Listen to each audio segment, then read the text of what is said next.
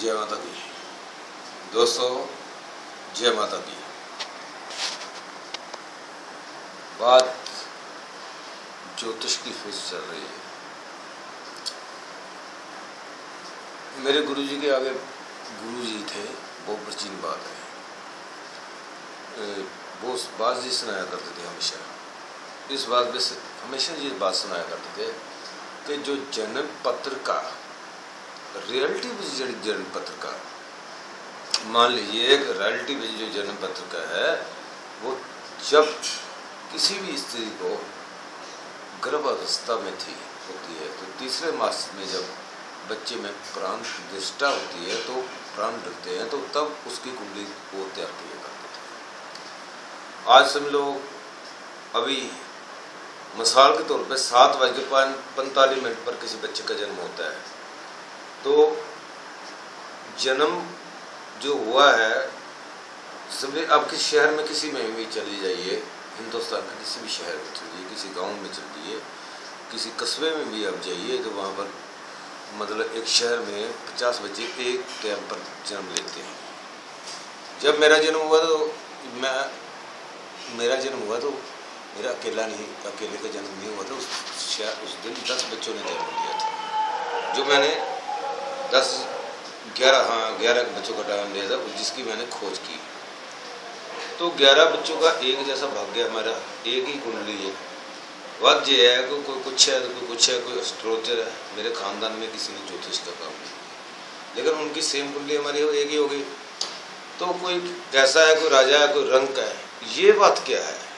ये कर्म गति, पिछले कर्मों का हिसाब बताओ। मान लीजिए स्टेट, और उसके बीच में एक हस्तरेखा है। जो हस्तरेखा होती है वही इंसान अपना भाग्य बंद मुट्ठी से माँ के पेट से लेकर जाए।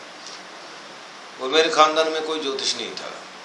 सभी राज फैमिली है, बादेशों में हर जगह रहते हैं अपने मजे से।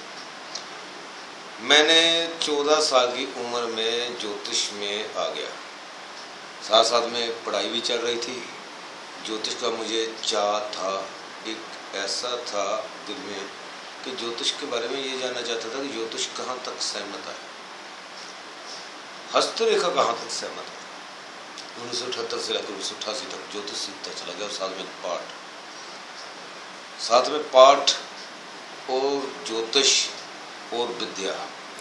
घर वाले मुझे डांटते थे, ये तू क्या करने लगा, ब्राह्मणों का काम करने लगा।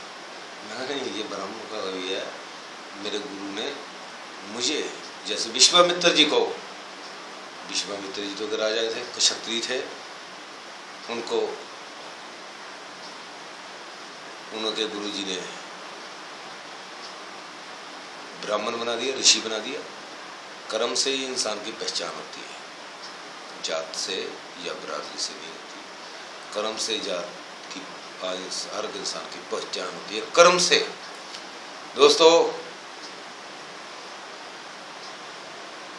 जैसे आज भी देख लेना, हॉस्पिटलों में जाकर बच्चे पैदा हुए हैं, सेम लगना, सेम ही राशि होगी, सिर्फ प्लेस का फर्क पड़ता है। वो भी इतना मैंने उस पर भी सर्च किया, प्रैक्टिकल करता हूँ मैं, तो उसमें भी ये बात आई देखने को कि वो बिल्कुल कोई कैसा है, किसी जो बच्चे पैदा हुए हैं, मैंने देखा जाकर एक गरीब के घर में पैदा हो रहा है, उसकी भी सेम एक ही राशि, एक ही लगन, एक ही विषोत्री दशा है, उसमें अंतर भी सेम चल रहा है। तो इससे मैं देख रहा हूँ ये कैसी सिस्टम है ज्योतिष का सिस्टम जो मेरे गुरु जी ने बताया था।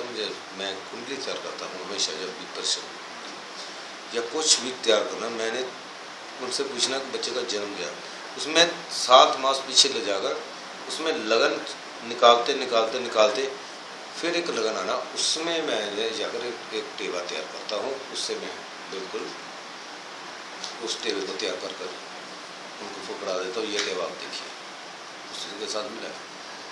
जुड़वा बच्चे का टेवा मेरे पास आया, मैं देखने गया, एक बच्चा उसका जुड़वा बच्चे सिर्फ 30 सेकंड का फर्क पड़ा था बच्चे का जन्म लेने में, 30 सेकंड का।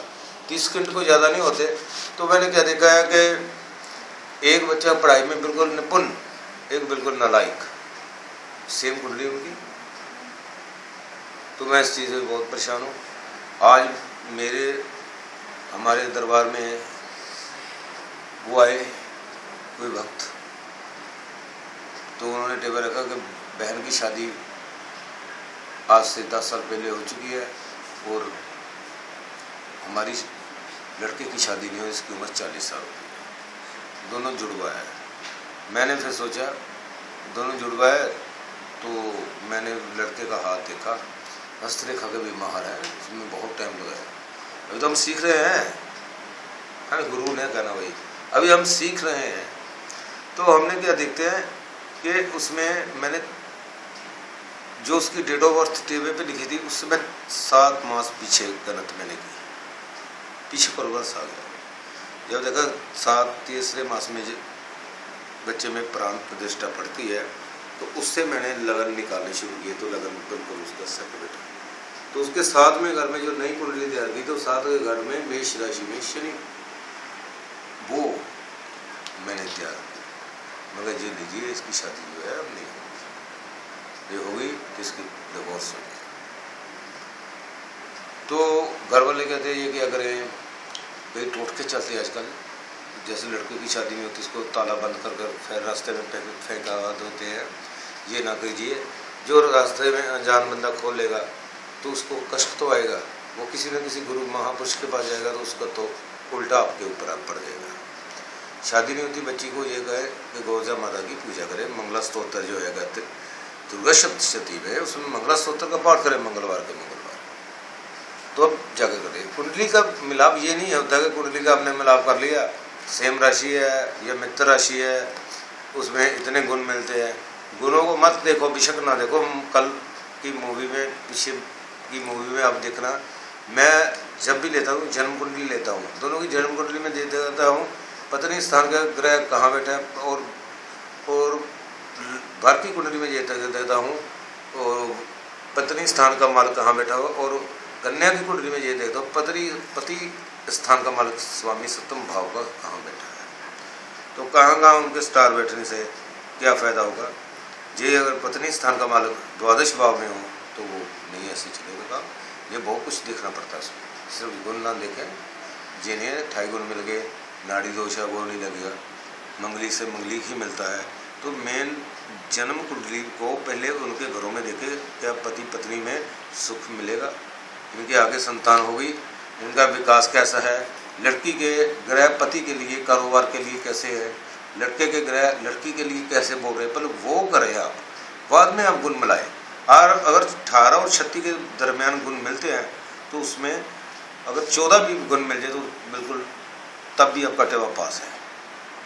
पहले कुंडली को मिलाएं, कुंडली हम मिलाते हैं, साथ में शनि होता है, मंगली की जातक नहीं है वो, साथ में शनि हो जाए या सूरज भी आकर बैठ जाए तो वो भी ग्रस्त को आगे चलने नहीं देंगे। अब मैं एक बच्चे की आपको कुंडली दिखाता हूँ, उसकी मैंने हस्तरेखा जो देखी वो वंडरफुल और काफ़ी अच्छी लगी। और मेरे पास वहाँ पर जो पेज में भेजते हैं, बड़े हमारा ये हाथ हम भेजें, इसके निर्णय करें, निरीक्षण करें, मैं हम उसके हाथों का फलादेश लेकर भेजते हैं, तो वो फलादेश बिल्कुल फिट बैठेगा। हाँ, तो वो बिल्कुल फलादेश अच्छा बैठेगा।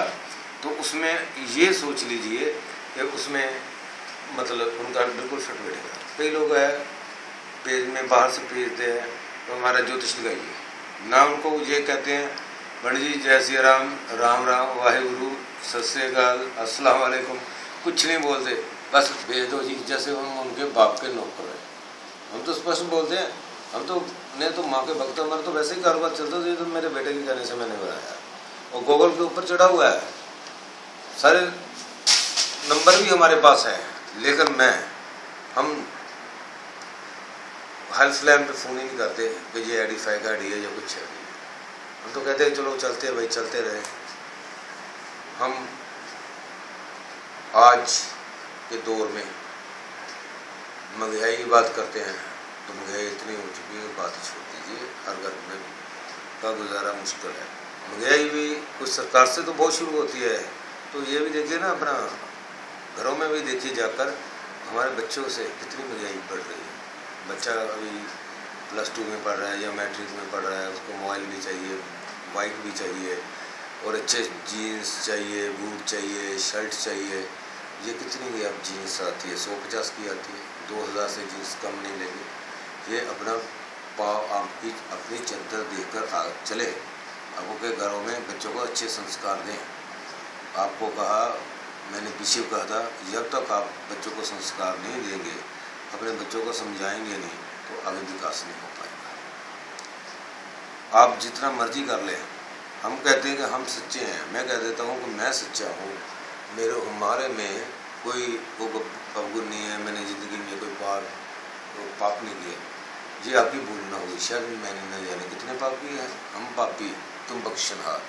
हर वक्त उस मार्ग से अपने आप को पापी साबित करो, उससे दया की भीख मांगो, उसको चमत्कार ना कहो, उससे दया मांगो। दया क्या होती है और चमत्कार में जमीन आसमान का फर्क होता है। आप एक चीज़ पे लगा देते हो, एक चीज़ पे लगा दिया। भगवान ने हमें दिया क्या? अरे जन्म दिया मनुष्य 84 लाख की दुनिया के बाद, और आपको सब कुछ दिया भगवान ने। सांस लेने के लिए अच्छी आसमान और ज़मीन में अच्छा दिया है, खाना पीना अच्छा दिया है। वो भी बच्चे देखो, मैं बच्चों को आज कह रहा हूँ, वो भी बच्चे देखो जो गरीब बच्चे हैं। मेन आज की कुंडली है, हमारे शहर में 3 बच्चों का जन्म हुआ है। 13 मई 2014 6:55 पर वृश्चिक लगन पर जन्म हुआ है। तो वृश्चिक लगन में जन्म होने से आप इस चीज़ पे एक नोट कर लीजिए, ये देखिए सेम कुंडली सभी की आ जाएगी। 10 बच्चे जन्म हुए हैं या 5 बच्चे का जन्म हुआ है, जितने भी है, 2-4 बच्चों का जन्म तो होगा हमारे शहर में। तो यहाँ से देखिए अब, तो इसमें क्या है कि छठे घर सूरज और केतु की जुति हो गई, और यहाँ हो गई अपने चंद्र, राहु, शनि। तो चंद्र को राहु ने ग्रस लिया और सूरज को केतु ने ग्रस लिया। तो अब मंगल जो है, यहाँ पर मंगल 6 नंबर में मंगल है, 8 9 10 11 12 1 2 3 4 5 6 7 6 में मंगल है। तो 6 में मंगल जो है, ये मंगल बकरी है। बकरी का मतलब है रिवर्स चल रहा है पीछे को। तो मंगल पीछे को जब चल रहा है, तो ये लगनपति, इसका मतलब मंगल जो है वो रिवर्स का मतलब पीछे को चलना, बकरी चलना। जो आगे चलना है वो आगे नहीं, इसको फल देना, पीछे को फल दे रहा है। तो ऐसे परेशानी का वातावरण जो कुंडलियों का समस्या का समाधान करना पड़ता है, तो उसमें जैसे समस्या का समाधान ऐसे होता है। तो इसमें ये देखना है कि केंद्र के जो भी जितने भाव है सब खाली है। तो केंद्रपति जो सूरज है, तो वो तो षष्ठम भाव में आ गया। षष्ठम भाव में सूरज आने से इसका मतलब सूरज अच्छा फल देगा, पर यहाँ पर सूरज को केतु ने ग्रस लिया। इसका कारोबार में परेशानी का वातावरण, इसके पिता को परेशानी का वातावरण जो वो बनता रहेगा। तो इस ऐसे जो समस्या का समाधान जो होता है, ऐसे समस्या का समाधान जो है वो इस चीज़ से कुंडली को देखने में पता चलता है। जब मैंने कल इसके फिंगरप्रिंट नहीं आएंगे, 12 साल तक बच्चे का भाग्य जो है वो माता पिता पर निर्भर करता है, उसके ग्रह माता पिता पर निर्भर करते हैं। तो चित्रा नक्षत्र में आज चित्रा नक्षत्र है, 13 मई 2004 चित्रा नक्षत्र का स्वामी मंगल है ना। तो मंगल आज बकरी चल रहा है, तो इसको इतना बेनिफिट नहीं देगा इन बच्चों को। आगे जो इनकी भाग्य की रेखा है वो कुछ और बताती है, मस्तक की रेखा कुछ और बताती है। तो ज्योतिष का ग्रंथ का अध्ययन करना बहुत ही मुश्किल है, बहुत ही कठिन है। एक कुंडली का हम लेकर चलते हैं, राशिफल देखें 12 राशियों का रोज, तो अलग अलग राशिफल होती है। तो एक वृक्ष राशि वाला के घर में शादी हो रही है, दूसरे वृक्ष राशि के घर वाले के घर में मातम छाया हुआ है। कोई खुश है मिथुन राशि वाला, कोई दुखी है। तो राशि तो 12 हैं। आज 3 बजे से 4:30 बजे तक राहु काल में चल रहा था। तो आप उसमें लिखा जाता है, बंधु कुछ ऐसे डाल देते हैं बातें कि ये ना आप करें, ये ना करें राहु कालम में। तो आप अपने जीटी रोड पर खड़े हो जाना, अपने शहरों में खड़े होकर देखना कितनी कारें जा रही है, कितना व्यापार जा रहा है। एक बात हमारे दरबार में बात कोई बच्चा आया, कहता है ये हमारे राहु कालम में हमें 7 दिनों के लिखा दिए, कल बुधवार है तो कल जो 14 तारीख को राहु कालम है, ये मतलब जो बुधवार है 12 से 1:30 बजे तक राहु कालम रहेगा। तो राहु कालम में अगर आपको नफ़ा होना हो तो आप अपना नफ़ा खुद गवा लेंगे रुक कर। एक दोस्त आए, एक काफ़ी समय की बात है, तो वो कहने लगे बड़ी हमें राहु कालम निकाल दीजिए। वहाँ तो राहु कालम मैंने निकाल दिया और कहने लगा अगर राहु कालम में अगर मैं यहाँ पर रुक जाऊँ तो अच्छा है। मगर रुके रहो भाई, मुझे क्या लेना देना है, दरबार है लगा हुआ, सोफे में जाओ बैठो आराम से। तो वो सोफे में बैठते हैं, बैठने से उसने क्या खोया क्या पाया। जिस पार्टी से उसने डील करनी थी, जब राहु कालम निकल गया 1.5 घंटे का था, वो पार्टी समा निकल गया। समा कभी गया, समा कभी वापस आता नहीं, मैंने आपको पहले भी कहा था मूवी में। तो उसमें क्या है कि वो कहने लगा हमारा वो जो सिस्टम है जो जिससे डील होनी थी वो तो हमारा नुकसान हो गया। मैंने उसको कहा कि तू क्यों बैठा रहा, जाओ जाकर जीटी रोड में देखिए आप कितनी गाड़ी चल रही है, कितने लोग आ जा रहे हैं, कितना लेन देन हो रहा है। आप लोग इतना बहम न डाले, राहु कालम का कुछ मतलब हो रहा है। मैं दूसरी मूवी में आपको बताऊंगा कि राहु कालम का अर्थ क्या है। अब निश्चित रहो, राहु कालम में आप देखो अपने घरों में जो भाई राहु कालम का विचार कर रहे हैं, मैं उनको लिए ये संदेश भेज रहा हूँ। जो मैंने आज इसलिए ये लिया है कि ये देखिए यहाँ पर भगवान की फ़ोटो बनी है, महादेव की, माँ पार्वती की, ठीक। तो क्या करते हैं, मैं इसको आपको प्रैक्टिकल कर बताता हूँ। कई बंधु ऐसे करते हैं, कोल्ड हुआ है, रशिया हुआ है, फट से इसको ऐसे पूछने लगेंगे, ये नहीं देखेंगे भगवान का ऊपर छिपा हुआ है, हरिओम लिखा हुआ है। इसलिए मैंने लिया प्रैक्टिकल कर दिखा लो, फिर पता चलता है। जब प्रैक्टिकल नहीं करोगे तो आप आगे नहीं बढ़ोगे। इम्तिहान में बैठते हैं तो प्रैक्टिकल होता है ना, बीच में होता है ये नहीं, एग्ज़ाम के बाद प्रैक्टिकल आता है। तो प्रैक्टिकल से ही पता चल जाता है कि बच्चे ने कितनी पढ़ाई की है, उसकी सोच कहाँ तक थी। तो आप कोल्ड बाथरूम जाना, साथ में इसको ले जाना, रास्ते में बाथरूम आ गया वो लघु कांक्षा आ जाए तो उसमें क्या होता है, वहाँ उसी वक्त हाथ धोएंगे और गमछे से हाथ को ऐसे पूंछने लगेंगे। दोष आता है इससे, दोष आता है इससे, दोष आता है इससे। भगवान को गले में डालो। आपने प्लेन कपड़ा लो, जैसे गमछा प्लेन होता है लाल रेड कलर का, वो गले में डालिए, उससे जैसे मर्जी पूछे, उसमें कोई दोष ना। लेकिन ये जो लेना है ये तब लीजिए इसे जब आप कर्मकांड कर रहे हो। कर्मकांड के बाद ऐसे उतार कर इसको मस्तक पे लगाकर किसी ऊंची जगह से ऐसे इसको रख दीजिए, या मंदिर में के किसी जैसे अपने घरों में मंदिर बनाया वहाँ रख दीजिए। इसको स्वच्छ रखें। आपको हमने देखा है कई शादियों में लिया है तो उसमें कहते हैं लामा हो रही है, पंडित जी लामा करा रहे थे, मेरे दोस्त, मैंने कहा कि आप लामा करा रहे तो साथ में इसको ऐसे ऐसे ऐसे कहकर पूछ रहे थे। मैंने उसको मना किया तो कहते सॉरी सॉरी सॉरी। तो बात सॉरी की नहीं है, दो शब्द बोलो तो सॉरी। किसी का धज्जिया उड़ा रहे हैं अब हिंदू सनातन धर्म की। हिंदू सनातन धर्म तो चल नहीं रहा है, सभी पंथ अच्छे हैं, जो भी है। मौलाना सिख धर्म, बाबा नानक आए, उन्होंने कहा मेरा मुझ में कुछ नहीं, जो कुछ है सो तेरा तेरा, तुझको सौंप दिया, क्या लागे मेरा। बाबा नानक के पास आए एक दुखी इंसान, जब बाबा नानक के दौर थे, जब बाबा नानक ने अवतार लिया तो बाबा नानक से पूछने लगे। एक इंसान आया, कहते हैं बाबा जी मैं बहुत दुखी हूँ। बाबा जी कहते तुझे अपने घर का दुख है, मुझे पूरी सृष्टि का दुख है। बाबा नानक ने कहा क्या कहा बाबा नानक ने, कोई तन दुखी, कोई मन दुखी, कोई धन दुखी, नानक दुखी है सब संसार। उन्होंने अपने पर दुख लगा दिया कि मैं सबसे दुखी हूँ। भैया जी सृष्टि जो चल रही है इसमें कोई मुझे ताना मारता, कोई मेना मारता, कोई कहता कुछ कहता, कोई कुछ कहता, कोई कहता मुझे दिया नहीं बाबा ने, कोई कहता मुझे बाबा ने ये नहीं किया। ये दो एक भगवान को भी नहीं पब्लिक छोड़ती भाई। हो सकता बीच में मैं भी दोषी हूँ, मैं ये नहीं कहता मैं दोषी नहीं हूँ, मैं दोषी हूँ। ज्योतिष का अर्थ, हमारे दोस्त आते हैं, ये कपड़ा पड़िए हम आज सैटरडे तो ब्लैक शर्ट नहीं पहननी, मगर जो मर्जी रंग पहनो। आप रंग नहीं पहनोगे, जो मर्जी परमात्मा के बनाए हुए रंग पहनो। अब जितना बहम में डलोगे उतना बहम में डलते चलोगे।